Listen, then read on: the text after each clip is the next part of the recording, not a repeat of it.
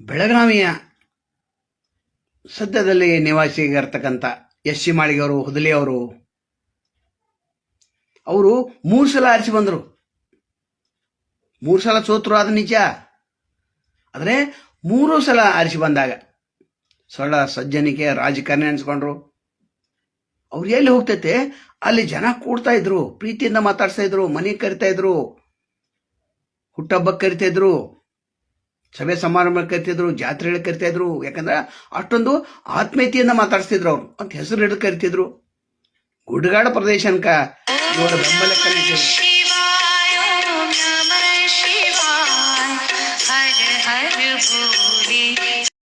ಅಂದ್ರೆ ರಾಮೋಶಿ ಜನಾಂಗದ ಅವರು ಬಹಳ ಪ್ರೀತಿ ಮಾಡ್ತಿದ್ರು.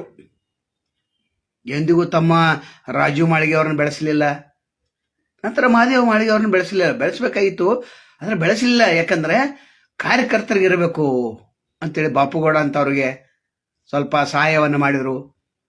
ಅನೇಕರಿಗೆ ಸಹಾಯ ಮಾಡಿದ್ದಾರೆ, ಆದರೆ ಯಾರಿಗೂ ವಿರೋಧವನ್ನು ಕಟ್ಕೊಂಡಿಲ್ಲ. ಇವರು ಅನೇಕ ಹಿಂಬಾಲಕರು ಬೆಳೆದು ಬಿಟ್ರು, ಆದ್ರೆ ತಮ್ಮ ಮಕ್ಕಳನ್ನು ಬೆಳೆಸಲಿಲ್ಲ. ಯಾಕಂತಾರೆ ಕಾರ್ಯಕರ್ತರಿಗಿರಬೇಕು, ನ್ಯಾಯ ಸಿಗಬೇಕು ಅನ್ನೋದು. ಒಂದು ಅಂಗನವಾಡಿ ಟೀಚರ್ ಆಗಲಿ ಅಥವಾ ಈ ಏನು ಮನೆ ನಿವೇಶನಗಳು ಕೊಡ್ತಾರಲ್ಲ, ಜನತಾ ಮನೆಗಳು, ಇಂದಿರಾ ಮನೆಗಳು ಫ್ರೀಯಾಗಿ ಕೊಡ್ತಿದ್ರು. ಕಾರ್ಯಕರ್ತರು ಲಿಸ್ಟ್ ತೆಗೆದುಕೊಂಡು ಬನ್ನಿ, ತಾಲೂಕ್ ಪಂಚಾಯತಿಗೆ ಹೋಗಿ ಅಲ್ಲೇ ಕೊಡ್ತಿದ್ರು, ತಗೊಳ್ಳಿ ಇದನ್ನ ಲಿಸ್ಟ್ ಅಂತೇಳಿ. ಪಿ.ಬಿ. ಸ್ವಾಮಿ ಅಂತ ನಿಷ್ಠಾವಂತ ಕಾರ್ಯಕರ್ತ ಇ.ಒ. ಇದ್ರು, ಎಜುಕೇಟಿವ್ ಆಫೀಸರ್, ಅವ್ರ ಕೈ ಕೊಟ್ಟು ಹೇಳಿಬಿಡ್ತಿದ್ರು ಅವರು ಇದು ಫೈನಲ್ ಮಾಡಂತ.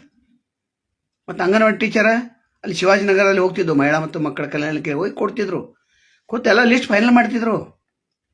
ಆಶಾ ಆಮಿಷಗಳಿಗೆ ಎಂದೂ ಬಲಿ ಆಗಲಿಲ್ಲ. ಆದರೆ ಒಮ್ಮೆ ಏನಾಯ್ತು, MLC ಬೇಡ ಅಂತಂದರು. ಅದು ಕೂಡ ಅರವಿಂದ್ ದೇಶಪಾಂಡೆ ಅವರು ನೀವೇ ನಿಲ್ಬೇಕು, ಹೈಕಮಾಂಡ್ ಇದನ್ನೇ ಹೇಳಿದೆ ಅಂತೇಳಿ ಹೇಳಿ ಅವ್ರಿಗೆ ನಿಲ್ಲಿಸಿಬಿಟ್ರು. ಯಾವುದೇ ತಯಾರಿ ಇರಲಿಲ್ಲ.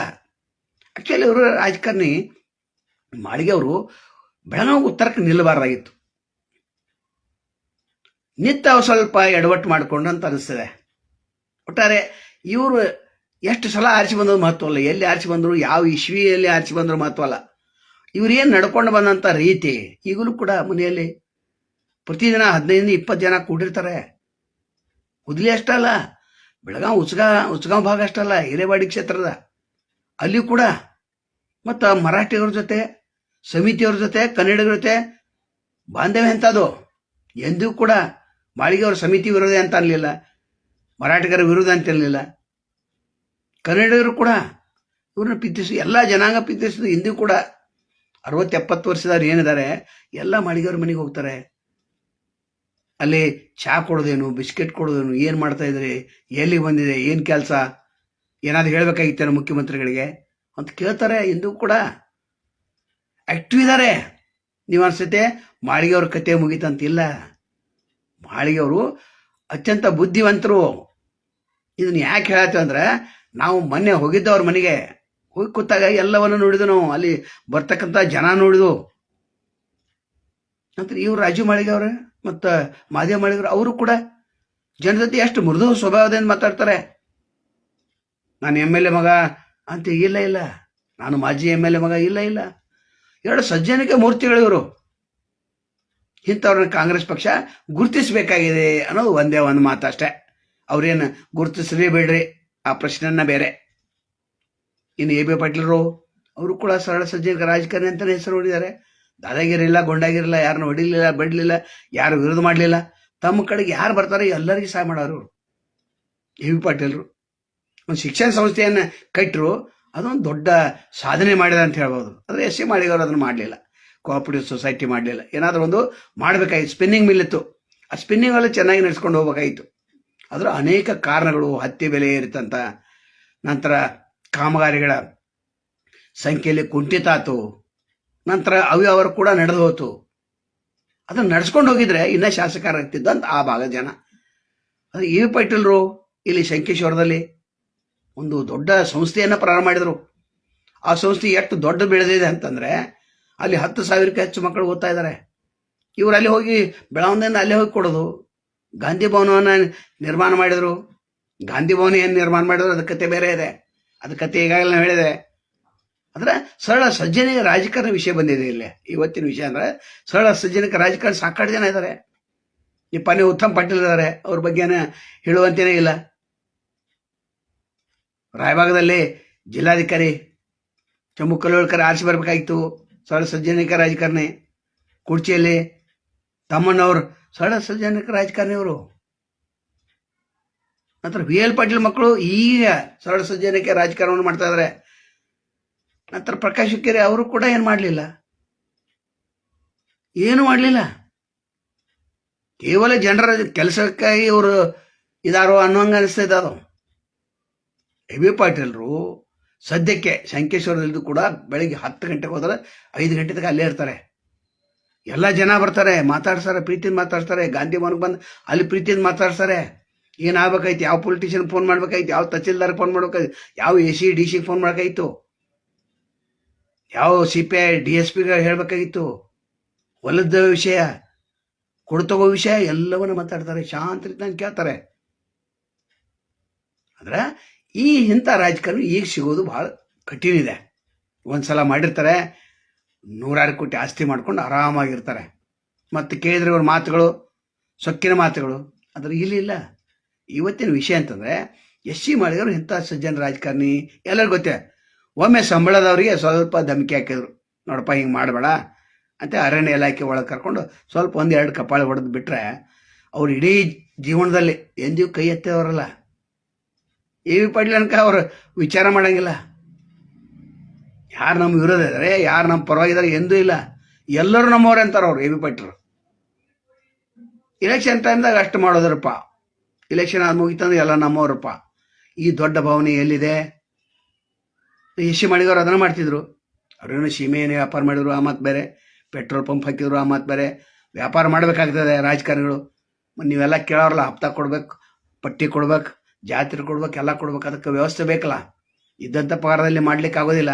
ಅದು ಎಲ್ಲ MLA ಮಾಡ್ತಾರೆ. ಆದರೆ ಇವತ್ತಿನ ವಿಷಯ ಅಂದ್ರೆ ಸರಳ ಸಜ್ಜನಿಕ ರಾಜಕಾರಣಿಗಳು. ನೀವಂತಾರೆ ಎಲ್ಲರೂ ಬೈಕೋತಾ ಇರ್ತಾರೆ. ತಮ್ಮನವರು ಒಂದ್ಸಲ ಅಂದ್ರೆ ಏನ್ರಿ ಎಲ್ಲ 18 ಮಂದಿ MLAಗಳು ಬೈತಾರಂತ. ನಾವೆಲ್ಲಿ ಬೈತೇವ್ರಿ? ಅವರಿಗೆ ಬುದ್ಧಿವಾದ ಹೇಳತ್ತೇವೆ, ಸರಿಯಾದ ದಾರಿಯಲ್ಲಿ ನಡ್ರಿ ಅಂತ ಹೇಳತ್ತೇವೆ. ಜನರ ಜೊತೆ ಸಂಪರ್ಕ ಮಾಡ್ರಿ, ಜನಸಂಪರ್ಕ ಸಭೆ ಮಾಡ್ರಿ. ಯುವಕರಿಗೆ ಉದ್ಯೋಗ ಸಿಗ್ತಾ ಇಲ್ಲ, ಅವ್ರಿಗೆ ಮದುವೆ ಆಗ್ತಾ ಇಲ್ಲ, ಆ ಒಂದು ಕಾರ್ಯಕ್ರಮ ಹಾಕ್ರಿ ಅಂತ ಹೇಳ್ತಾ ಇದ್ದೇವೆ. ನೀವು ಎಷ್ಟು ಆಸ್ತಿ ಮಾಡಿರಿ, ಎತ್ತರ ಸಲ ಮಾಡಿರಿ, ಅಧಿಕಾರ ನಿಮ್ಗೆ ಬೇಕೇನು, ಕಾರ್ಯಕರ್ತರಿಗೆ ಯಾಕೆ ಬೇಡ ಅಂತ ಪ್ರಶ್ನೆ ಕೇಳಿದಾಗ ನೀವು ಬೈಯಾತೀರ ಅಂತ ನೀವು ತಿಳ್ಕೊತಾರೆ. ಎಲ್ಲಿ ಬಂದಿದ್ದೇವಪ್ಪ? ಟಿಕ್ಟಾಕ್ದಲ್ಲಿ ಮಾತ್ರ ಬೈತಿದ್ವು, ಅದು ಮಾತ್ರ ನಿಜ. ಅದನ್ನ ಬಿಟ್ಟಿದ್ದೇವಲ್ಲ ನಾವು. ಈಗ ಎಲ್ಲಿ ಬೈತಾ ಇದ್ದೇವೆ? ಯಾರಿಗೆ ಸಲಹೆ ಸೂಚನೆ ಕೊಟ್ಟಾಗ ನೀವು ಏನು ತಿಳ್ಕೊತೀರಿ? ಬರೇ ಸಹೋದರ ಹೇಳ್ತಾರಲ್ಲ, ಇಲ್ಲ. ಸರಳ ಸಜ್ಜನಿಕ ರಾಜಕಾರಣ ಭಾಳ ಇದಾರೆ.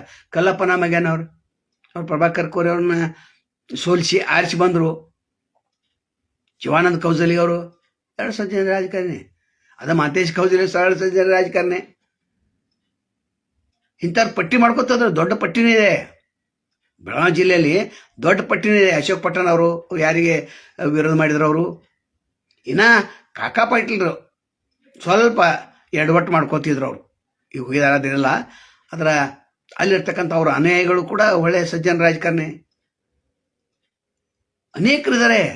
ಇನ್ನು ಅತ್ತನಿಯಲ್ಲಿ ರಾಜು ಕಾಗೆ ಯಾಕೆ ಸೋತರು 3 ಸಲ? ಅವ್ರ ಅಣ್ಣನ ಗುಂಡಾಗಿರಿನ ಸೋತ್ರ. ಅವರು ಗುಂಡಾಗಿರಿ ಮಾಡ್ತಿದ್ರು, ಇವರು ಸ್ವಲ್ಪ ಕೈ ಏರಿಸ್ತಿದ್ರು, ತೋಳು ಏರಿಸ್ತಿದ್ರು. ಲಕ್ಷ್ಮಣ ಸವದಿ ಸರಳ ಸಜ್ಜನಿಕ ರಾಜಕಾರಣ ಅಂತ ನಾವು ಅನ್ನಕ್ಕೆ ಬರಂಗಿಲ್ಲ. ಯಾರು ಸರಳ ಸಜ್ಜನಿಕ ರಾಜಕಾರಣ ಮಾಡ್ತಾರೆ ಅವ್ರು ನಾವು ಹೇಳ್ಬೇಕಾಗ್ತದೆ. ಬಿ ಶಂಕರನವರು ಯಾರು ವಿರುದ್ಧ ಇದ್ರು? ಅವರು ಯಾರು ವಿರುದ್ಧನೂ ಇರಲಿಲ್ಲ, ಯಾರ ಪರವೂ ಇರಲಿಲ್ಲ. ಕೆಲವೊಂದು 4 ಜನರನ್ನ MP ಮಾಡಿದ್ರು, MLA ಟಿಕೆಟ್ ಕೊಟ್ಟರು, ಅನೇಕರನ್ನ ಆರಿಸ್ತಂದ್ರು. ವಿ ಎಲ್ ಪಾಟೀಲ್ ಅವ್ರ ಗುಂಡಾಗಿರಿ ಇತ್ತು, ಇಲ್ಲಂತಲ್ಲ. ಸರಳ ಇರಲಿಲ್ಲ ಅದಲ್ಲ. ಆದ್ರೆ ಅವರು ಯಾರು ವಿರುದ್ಧ ಬರ್ತಾರೋ ಅವ್ರಿಗೆ ಅಷ್ಟೇ ಇದ್ರು. ಅವರು ಉಳಿದವ್ರಿಗೆ ಯಾರಿಗೂ ಇರಲಿಲ್ಲ. ಅವರು ತೊಂದರೆ ಮಾಡ್ತಿರ್ಲಿಲ್ಲ.